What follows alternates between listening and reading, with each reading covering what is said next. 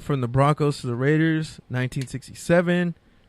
Champ Bailey from the Redskins to the Broncos. Clinton Porter, in 2004, same trade. Charles Haley from the 49ers to the Cowboys, 1992. Ted Hendricks from the Colts to the Packers, and the Packers to the Raiders the next year. And number 2, and I would probably say this is my biggest one, when the Colts gave up on Marshall Falk. Marshall Falk. I'm sorry. Let me put some respect on that man's name. From the Colts to the Rams in 1999. Damn, Rams. Y'all just really don't like running backs, huh? How you trade 2 Hall of Fame running backs in their prime, 3 years apart? We counting Steven Jackson? Well, they didn't trade him. Oh, yeah, he cut him. Oh, yeah, Jerome Bettis and Marshall Falk. That's wild. That's really wild. Dude, like there should be a 30 for 30. Is there a team that has 5 Hall of Fame running backs in consecutive decades? Yeah, that's pretty crazy. Falk. Don't forget ED. Yeah. Dickerson, Jackson, and now Gurley. That's wild. And still got no rings to show for it. Except Marshall Falk. Arguably output against New England. I was talking about the LA Rams, but yeah, you're right. Technically, you're right. But logically, you're not. Because the only team to win a Super Bowl in this city, the Oakland Raiders. Or the Raiders. The Oakland Raiders of Los Angeles. The Oakland Raiders of Los Angeles. All right. Any other trades in their prime you want to highlight, or anything else you want to say on that list? Richard Seymour technically had some years. That was a good one. Yeah, that was a good one. He was still in his. He would have still been in his prime if he would have kept playing. Yeah. I think Khalil Mack is probably higher than 20, but I think because it's so new, it's kind of hard to say. I got one for you that might be shocked. What about Dwayne Didn't Brown? Reggie White get traded too? He's a free agent. What about Dwayne Brown from the Texans to the Seahawks for essentially no reason? But he was. I don't know if he's in his prime. He's still playing now. Yeah, I don't know if you'd say in his prime though. It was kind of he's definitely at the plateau. They only he's traded him for the definitely protest. at the plateau of his career. But they only traded him for the protest. Like, he was still good. Yeah, I'm sure. All right, so it's that time. Time for our unnecessary toughness rants. So we had a special request coming into this show. I feel like she should close. Should she close it or should she start it? No, I think she should definitely start it because she's been quiet. So, Serve, you know how it goes. The floor is yours. So I know you got something in your brain on. So go ahead and talk. I'm gonna mute the other mic so you can can speak on the issue you want to speak about. Yeah, get your shit off. So, I think this topic that I'm going to talk about is very important, and it doesn't just affect one group. I mean, only one group. It mainly affects one group, but it affects all, and I feel like we need everybody's support to dismantle the bullshit that's going on. So let me get to it. So I'm just going to start off with a quote that the minority leader from Alabama said. And he said yesterday, "We raped women last night." And I feel like that was a pretty strong quote. And I know you guys are like, wow, like that's a strong statement to start. But let me get to it. But what happened yesterday was, I mean, it's not a shocker, but it was crazy. So let me just break it down. So a couple days ago, Georgia, they passed a law, even though it's going to be set in 2020. They set a law, a bill that states that a fetus should be treated as a full person, so legal recognition. So for the women who have to carry the children, say if they needed abortion because of medical reasons, even though it's on the second or third term, which usually isn't likely, but things happen. Or if they miscarry, they could get life in prison. And especially since that's in Georgia, and if you do murder, most likely you get the death penalty. And also the doctors who perform it, they will also get charged for performing such and such a criminal act. But yesterday, Alabama, they just pushed their most strictest law, or the most strictest law so far in this United States.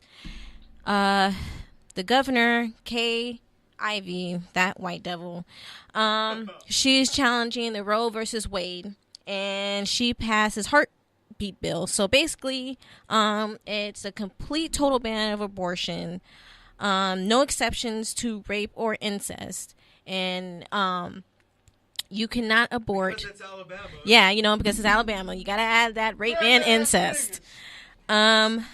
So yeah, if once probably the only place rape and incest still happen every day. True. And everywhere, but so 6 weeks. If your fetus or whatever the thing that's growing in your body is 6 weeks, you cannot do an abortion. And guess what, boys and girls, mainly boys, you find out once you're 6 weeks if you're pregnant. You cannot find out once you're 4 weeks or whatever. You have to find out once you're 6 weeks, because that's when your hormones get in there, whatever. And today, even though it was on the hush because everyone's so worried about Alabama, Missouri also is passing a bill that's also doing a ban of abortion for 8 weeks. So you guys, this is crazy. This is crazy. This is crazy. This is crazy, because most of the people that are passing these bills are white men. White men. Okay? White men. That is a problem. Yes, that is a huge problem, because they have these excuses about, well, we have morning after pills, we have condoms, we have all these things, and guess what? So why are we regressing?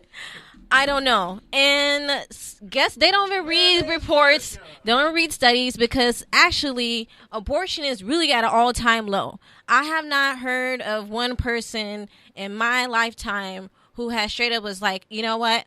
I'm just going to get an abortion just for the fuck of it. No, that is the hardest decision of your life. I don't care how old you are. I don't care what it is. Whether if you are 12 and you just experimented with sex and you don't know what the hell you're doing, because they don't introduce sex education until you're like in high school. So you could be in middle school and, you get introduced to sex because that's what we do. We're curious. They can experiment and they get pregnant, and they don't want to get in trouble by their family, because who knows what they're going to do. They don't have that access, and they usually need parents' permission to do all this bullshit. So there's a lot of fucking circuits that we have to go through as women in order to get through to that shit. So yeah, maybe we are older and an accident happened, maybe we are at a time. It's not, my point is, people, that it is not up to anybody except the person who is carrying that goddamn baby. It is up to them to make that decision. And it's so crazy that we are United States of America, and we originally, or the white people, came from fucking England to motherfucking United States and colonized this shit because they wanted to separate themselves from the church, right? Church and state. That's what we cry about. Taxes, this. We don't want to be taxed. Blah, blah, blah. Taxation's death. Blah, blah, blah, blah. And yet, and we have this whole First Amendment about freedom of religion, expression, all that bullshit. That's what we cry about. And yet we have these governors and these congressmen and these senates trying to pass these goddamn bills that totally reflect what we are not trying to do and what we pride ourselves on not being. So how are we going to sit here, and even though we claim that we don't care if you're Muslim, we don't care if you're Jewish, whatever, why do we care that what a woman does with their body based on a biblical or a piece of literature? It is fucked up. There is science. We're in 2019, almost 2020, where there's scientific proof and there's reasons and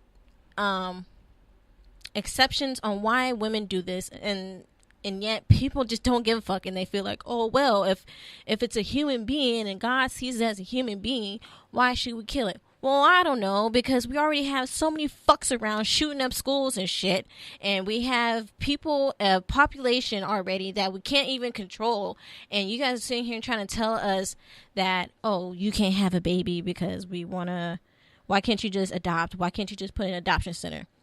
We already don't care about the people in adoption, which are the minority. So, we as black kids, brown kids, and poor kids, y'all don't even want those kids that are in the foster care because they're lost in that system. You don't even care about them. So why the hell would you make that suggestion if you yourself are not going to do that?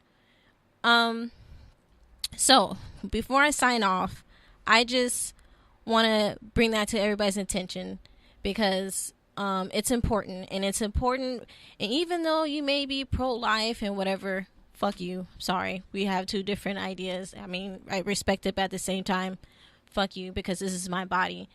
This is not right, and the government should not control a person's body. I hope I don't sound like this crazy conspiracy person or crazy feminist person, but it's just about respect of someone's body, whether you're a man or you're a woman. Men will go crazy if we demanded men after a certain age to have a vasectomy. Men will go crazy, you know what I mean? So why would you guys think it's okay for you to dictate what we can do with our body because you feel like a fetus of 6 weeks is a person, which is not true. It's just fucking cells that are in our body that are growing to be a human being. You know what I mean? There's more that goes to that. And also, people just think that people are reckless and we just go to to the clinic just to get abortions for whatever. No, like I said, it's a hard decision to make. And if we close that access to those things, there are going to be children, teenagers, and adults doing that in the back alley and doing it with wire hangers and going to kill themselves. Either way, these abortions are going to happen. And we should actually have these clinics open and have people do it safely. So, sign off, guys. I don't want to, bombard you with all this craziness, but I just want you guys to think about it because this is a war on women and this is government control on women. This is blatant. Like, it's in your face and it's not okay because you guys would not want the government to dictate your body. And I'm calling out men. I just want you guys to think about it. Whether or not you guys care about if a fetus is a person and whatever that is, just think about the woman who has to go through those things. Because we have to own up to that. And it's fucked up for you to think, well, that is God's plan for somebody to rape a 12-year-old or rape whoever, for them to have to carry that child or incest or whatever, for them to have to face that tragedy that they had to deal with and that abuse that they had to go through, and then for them have to carry that on. It's just fucked up. So I just want you guys to really marinate on it, think about it, and talk about it because it needs to be talked about. And whether you're moms and sisters or friends, girlfriend, whatever it is, this is about women's bodies and women's rights. This is more than just caring about the future of our children, because we obviously can tell that with our government right now, we don't care about the future. So thanks guys for listening. Wow, that was amazing. I agree with most of what you said, but what I do want to add is, obviously, I remember my freshman year, I took a gender women studies class, and this kind of when I first started to really get into feminism. I remember watching a video of it was a movie, but it was basically about a woman in the 30s who had an accidental pregnancy, and she didn't even get raped. She just, had a one-night stand, got pregnant, and she got an abortion with a coat hanger and literally just bled out. And the movie was over. She died, and it was credits. It was the most tragic thing for a Friday 11 a.m. class that I've ever experienced.